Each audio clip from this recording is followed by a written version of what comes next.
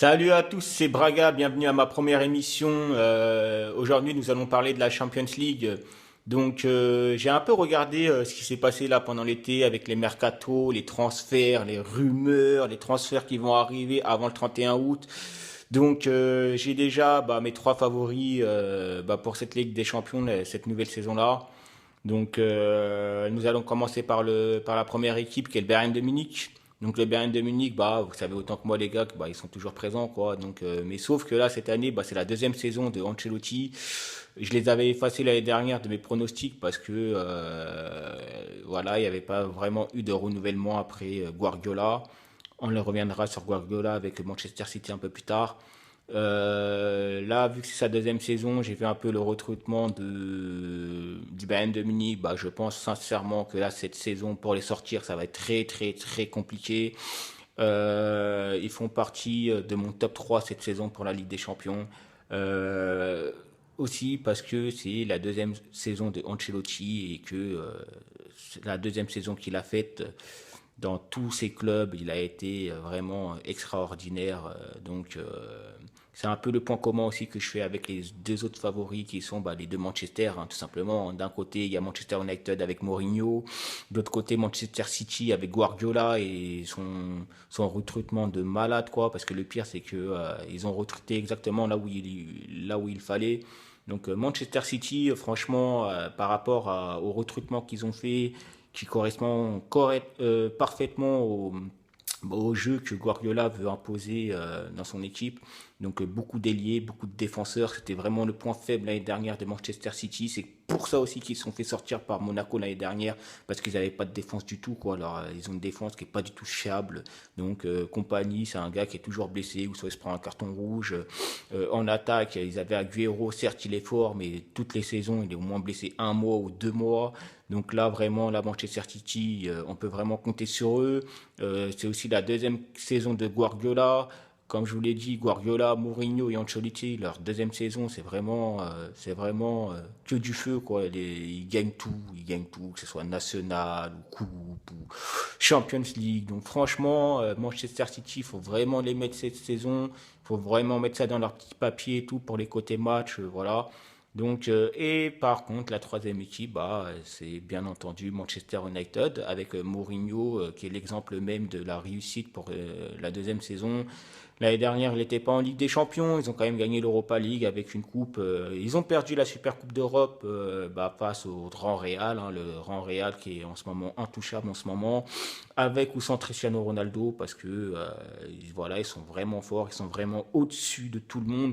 Même si je pense que pour ce début de saison, je pense plutôt que c'est les autres équipes qui sont un peu plus en dessous de ce qu'ils font d'habitude, quoi. Et que, pas pour le Real de Madrid, ça va être très, très, très difficile de conserver leur titre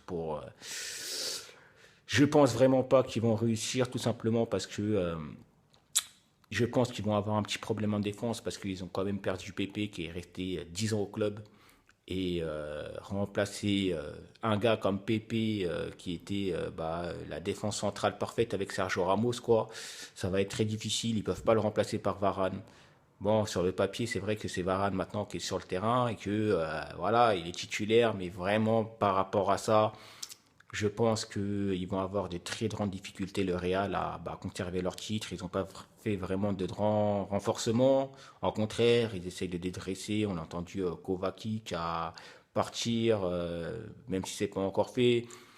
Ils essayent de garder une équipe stable. Le Real de Madrid, je pense qu'ils auraient dû quand même acheter un grand joueur, que ce soit Hazard ou Mbappé ou juste un joueur en plus, voilà, parce que là, ça fait un peu trop longtemps à mon goût que l'effectif du Real de Madrid est toujours pareil. Ils font pas vraiment de recrutement. Il y a des joueurs qui veulent partir, comme Gareth Bale. Voilà, Gareth Bale, je pense qu'il a plus sa tête au Real de Madrid et que je pense que ça aussi, ça va leur coûter très très cher au Real de Madrid en fin de saison, là où tout va se décider pour la Ligue des Champions. Le Real de Madrid, ils seront présents, bien entendu. Je pense qu'ils iront encore en demi-finale, comme ils le font depuis que Mourinho est arrivé. Mais que le Real de Madrid, franchement, pour conserver leur titre, ça va être très difficile. Je ne parle pas de Barcelone parce que Barcelone, je pense que on est tous ok pour dire que cette saison, Déjà l'année dernière, ils se sont fait éliminer en quart de finale sans discussion face à la Juventus. Là, cette saison, franchement, ils ont perdu Neymar. Ils peuvent acheter qui ils veulent là. Barcelone, je pense que la Ligue des Champions, là, ils la gagneront jamais, quoi, parce qu'ils ont des problèmes de défense. Piqué, il est complètement.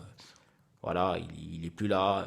Leur milieu de terrain avec Mascherano, par exemple, Mascherano, il est cramé, quoi. Il faut qu'il arrête. Iniesta, bah, malheureusement, voilà, il a pris de l'âge. C'est un très bon joueur, mais que voilà, il n'arrivera pas à emporter l'équipe de Barcelone sur 90 minutes, voire sur des prolongations en Ligue des Champions.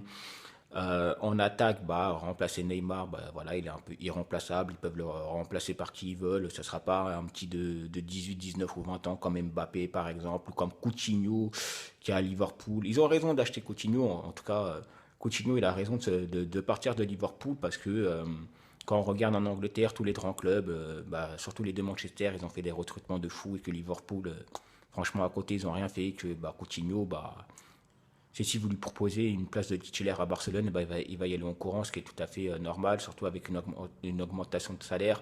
Donc Coutinho a raison de partir à Barcelone, mais malgré tout ça, je pense que Barcelone, ça va être très difficile cette saison, même en championnat. Donc une autre équipe à qui aussi je voulais parler, c'est la Juventus de Turin qui a fait l'erreur, bah, une erreur qu'ils font tous les 10 ans. Ils ont vendu Bonucci, c'était vraiment le joueur qu'il fallait pas vendre, quoi, parce qu'ils ont cassé leur défense à 3. Donc la défense historique d'Italie avec Buffon qui est derrière. Bon, Buffon est encore là, mais voilà, il a 39-40 ans, je crois, et que voilà, il pourra pas faire des miracles comme ça tous les ans, quoi. Il était là parce qu'il y avait toujours cette fameuse défense à 3, mais en vendant Bonucci, ça m'a fait un peu penser bah, à l'époque quand il y avait les Nesta, où il y avait les Pirlo qui sont partis de la Juve au Milan AC. Bah, c'était la fin de la Juventus et c'était le grand début bah, du Milan AC, quoi, qui avait un peu, bah, à cette époque-là, remporté la Ligue des Champions. On s'en souvient tous avec l'époque où il y avait Tchichenko, avec Inzaghi, avec Ancelotti qui était entraîneur, voilà. Donc la Juventus, vous pouvez les effacer. Comme bah, pour la Ligue des Champions, je pense que pour Lyon et Carré, ça va être très difficile. Athletic Madrid, c'est un peu pareil. Je pense que déjà, ils sont interdits de recrutement, déjà. Donc ils sont un peu dans le dur en ce moment. Je pense que leur entraîneur, il aurait dû partir. Voilà. Ça fait un peu trop longtemps à mon goût qu'il est là-bas et que bon voilà, il a son style de jeu, il est un peu très très physique, très défense, très en un contre un aussi. Voilà, il a son style de jeu à lui qui veut imposer à l'Atlético Madrid, mais je pense que malgré tout ça, voilà, c'est quand même aussi la fin d'un cycle à l'Atlético Madrid, malgré tout. Et que bah, sur les trois équipes vraiment sur qui il faut parier cette saison, c'est le Bayern de Munich, et les deux Manchester, tout simplement aussi parce que ils ont recruté là déjà là où il fallait et qu'ils ont pour moi les trois meilleurs entraîneurs au monde qui sont Guardiola, Mourinho et Ancelotti. Je pense très très très sincèrement que une des trois équipes gagnera la Ligue des Champions facilement, encore facilement en tout cas, qui vont écraser la concurrence sur les matchs directs à élimination directe, les huitièmes, quarts, demi-finales, voilà. Donc après, j'ai un petit message particulier à adresser bah, au Paris Saint-Germain. Je suis pas pour Paris, mais je pense vraiment qu'ils ont fait le coup du siècle en recrutant Neymar, que c'était vraiment le joueur qu'il fallait acheter parce que ça va aussi augmenter le niveau de l'équipe, ça c'est sûr, mais je pense aussi que ça va aussi augmenter le joueur de certains niveaux. Et je pense à Di Maria, parce que Di Maria, on l'a vu que depuis qu'il est arrivé à Paris Saint-Germain, il n'était pas forcément à son niveau, même s'il a fait quelques bons matchs. Mais que Di Maria, là où il était le plus fort, c'est quand il y avait toujours un joueur qui était plus fort que lui dans l'équipe. C'était valable avec l'Argentine, avec Messi. Voilà, c'était le fidèle lieutenant. Voilà. Et que on l'a vu aussi la même chose avec le Real de Madrid quand il y avait Cristiano Ronaldo qui était devant. Di Maria, il était fort. Di Maria, c'est le lieutenant. Et Di Maria, je pense vraiment que ça sera le lieutenant numéro un de Neymar. Et que, bah, n'oublions pas aussi qu'ils ont acheté Daniel Alves. Voilà. Donc, on parlait de cohésion d'équipe. Je pense vraiment que le Paris Saint-Germain a fait le meilleur recrutement qu'ils auraient pu faire avec Daniel Alves, quelqu'un d'expérience qui a joué à Barcelone. Ils ont acheté que des joueurs qui ont gagné la Ligue des Champions avec Neymar et Daniel Alves.